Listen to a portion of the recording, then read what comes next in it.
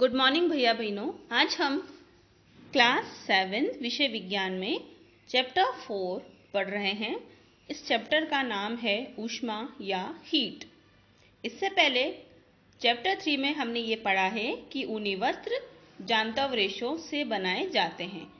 ऐसे रेशे जो जंतुओं से प्राप्त होते हैं वो जांतव रेशे कहलाते हैं। सूती वस्त्र पादप के रेशे यानी कि कॉटन से बनाए जाते हैं। सर्दियों में हम ऊनी वस्त्र पहनते हैं जिससे हमें थोड़ा गर्म महसूस होता है।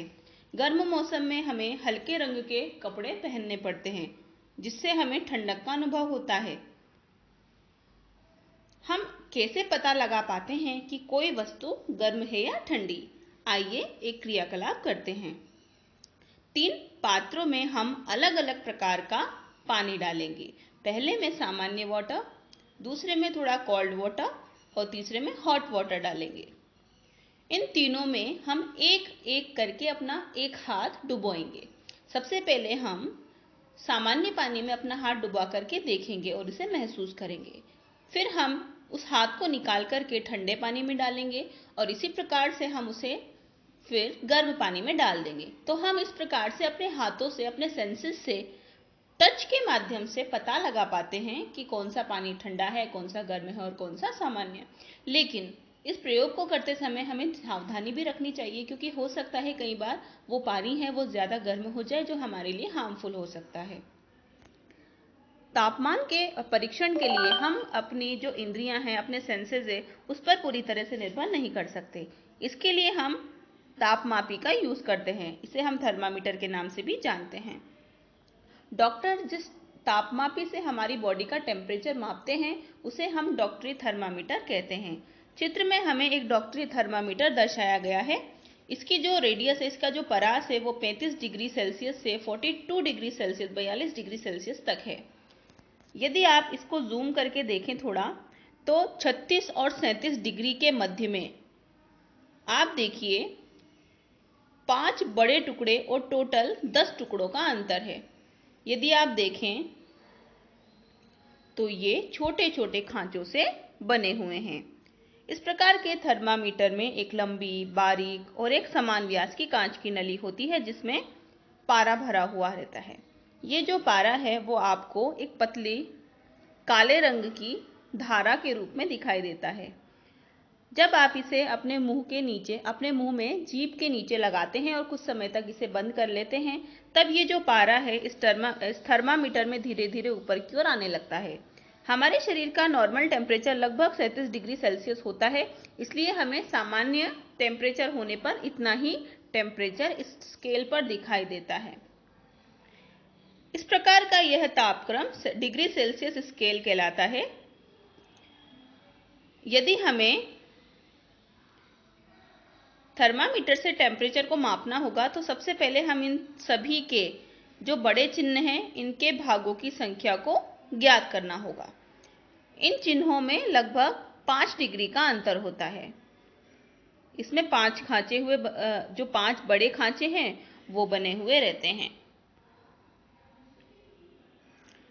तब हम एक छोटे से जो भाग है उसका मान 1/5 डिग्री सेल्सियस या फिर 0.2 डिग्री सेल्सियस के आधार पर माप पाते हैं। जब भी हमें इस थर्मामीटर को यूज़ करना है तो हम या तो किसी पूर्तिरोधी या फिर एंटीबैक्टीरियल घोल में इसको धो लें और उसके बाद इसे हाथ में कसकर पकड़कर और इसको झटक देंगे। झटकने से जो पारे का तल है वो बिल्कुल लो लेवल पे आ जाएगा, यानी कि 35 डिग्री सेल्सियस से कम तापमान पर आ जाएगा। फिर आप इसे अपने जिस भाग पर आपको टेम्परेचर मापना है, जैसे कि अपनी जीभ के नीचे, तो उसको रख करके और 1 मिनट के बाद उसका पाठ्यांक नोट कर लेना है। मानव शरीर का जो नॉर्मल टेम्परेचर है वो 37 डिग्री सेल्सियस होता है।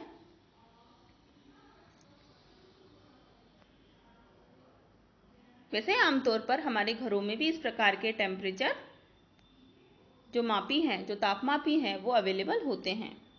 डॉक्टरी थर्मामीटर को केवल शरीर के ताप को मापने के लिए ही डिज़ाइन किया जाता है, इसलिए इससे केवल 35 डिग्री से लेकर के 42 डिग्री के टेम्परेचर को ही मापा जा सकता है, इससे कम या इससे ज़्यादा को नहीं। डॉक्टरी थर्मामीटर में एक थोड़ी सी सावधानी हमें ये रखनी पड़ती है कि इसका यूज़ हमें केवल अपनी ह्यूमन बॉडी के टेम्परेचर को मापने के लिए करना पड़ता है।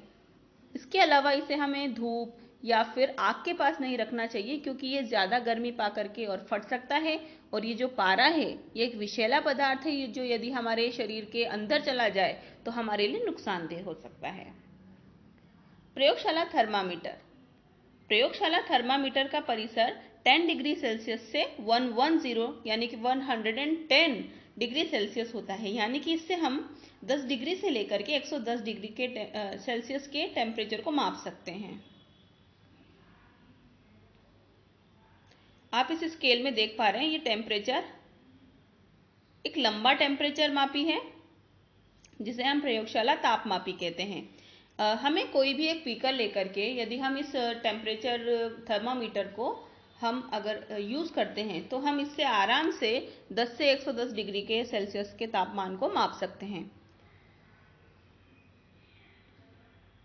प्रयोगशाला टेम्परेचर का जो तापमापी है उसका यूज़ करते समय भी हमें बहुत सारी सावधानी रखनी चाहिए, जैसे कि उसे हमेशा सीधा खड़ा रखना चाहिए, तिरछा नहीं रखना चाहिए, और बल्ब उस पदार्थ से घिरा हुआ होना चाहिए जिसका हमें टेम्परेचर मापना है।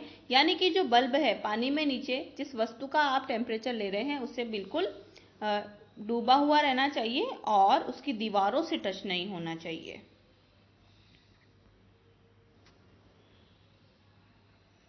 आजकल जो पारे के थर्मामीटर है उसकी जगह डॉक्टर या फिर डिजिटल थर्मामीटर काम में आते हैं। इस तापमापी में अंकों के आधार पर हम अपने शरीर का जो टेम्परेचर है वो बड़े ही आसानी से निकाल सकते हैं और इससे हमें पारे जैसे विषाक्त पदार्थ को उपयोग करने के बाद कोई नुकसान भी नहीं होगा। ऊष्मा का स्थानांतरण। ऊष्मा के स्थानांतरण की जो विधियां हैं वो तीन मुख्य प्रकार की होती हैं। हम प्रयोगों के माध्यम से, इन उदाहरणों के माध्यम से हम इन तीनों को पढ़ते हैं। आपको चित्रानुसार दो ईंटों के बीच में एक स्केल को लेना है और उस स्केल पर आपको थोड़ी थोड़ी दूरी पर मोम की कुछ बूंदें गिरा करके उसे जमाना है। अब आप इसको इस प्रकार से सेट करेंगे और स्केल के दूसरे सिरे की ओर आप एक जलती हुई मोमबत्ती को रख लेंगे। जब आप इस प्रयोग को करते हैं तो आप देख सकते हैं कि मोमबत्ती के जो पास वाली जो मोम की जो बूंदें हैं वो जल्दी पिघलती है। उसके बाद धीरे धीरे धीरे करके एक एक करके ये जो सारी मोम की बूंदें हैं वो धीरे धीरे गिर जाती हैं। देखिए, सबसे पहले ये गिरेगी, फिर ये, फिर ये, फिर ये और सबसे लास्ट में ये वाली। यहाँ पर इस प्रकार के जो ऊष्मा का जो चालन हुआ है वो किसी ठोस में हुआ है। सबसे पहली बात है, ये एक ठोस है। ये ठोस पदार्थ सबसे पहले आग के पास वाली जो जगह है वहां पर अपनी ऊष्मा को प्रसारित करते हैं, धीरे धीरे उसके पास, और धीरे धीरे करके ये अंतिम बूंद तक पहुंच जाते हैं। ये ऐसे पदार्थ हैं जो अपने में से होकर के हीट को प्रवाहित होने देते हैं, और ऐसे पदार्थ ही क्या कहलाते हैं? ऊष्मा के चालक। तो ये जो विधि हुई ये ऊष्मा की चालन विधि होती है। ऐसा प्रोसेस जिसमें ऊष्मा किसी वस्तु के गर्म सिरे से ठंडे सिरे की ओर, आप देख सकते हैं यहाँ पर जब आप ये प्रयोग कर सकते हैं तो यहाँ पर सबसे पहले ये गर्म सिरा है, सबसे पहले हीट इस गर्म सिरे पर आती है, उसके बाद ये धीरे धीरे ठंडे सिरे की ओर प्रसारित होती है और अंत में अंतिम बिंदु तक पहुंच जाती है। यह विधि हमारी चालन विधि कहलाती है।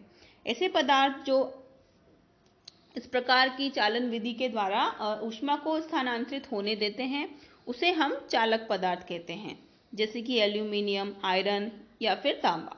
और जो पदार्थ अपने में से होकर के ऊष्मा को जाने नहीं देते उसे हम ऊष्मा का कुचालक कहते हैं, जैसे कि पेंसिल, लकड़ी की जो पेंसिल है वो ऊष्मा की कुचालक है।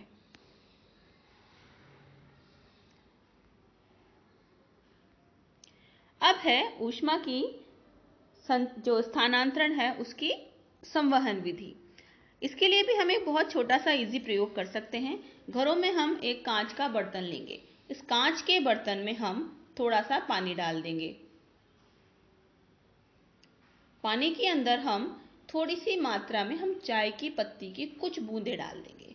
आप देखते हैं कि धीरे धीरे उस चाय में से जो रंग निकलता है वो पूरे पानी में फैल जाता है।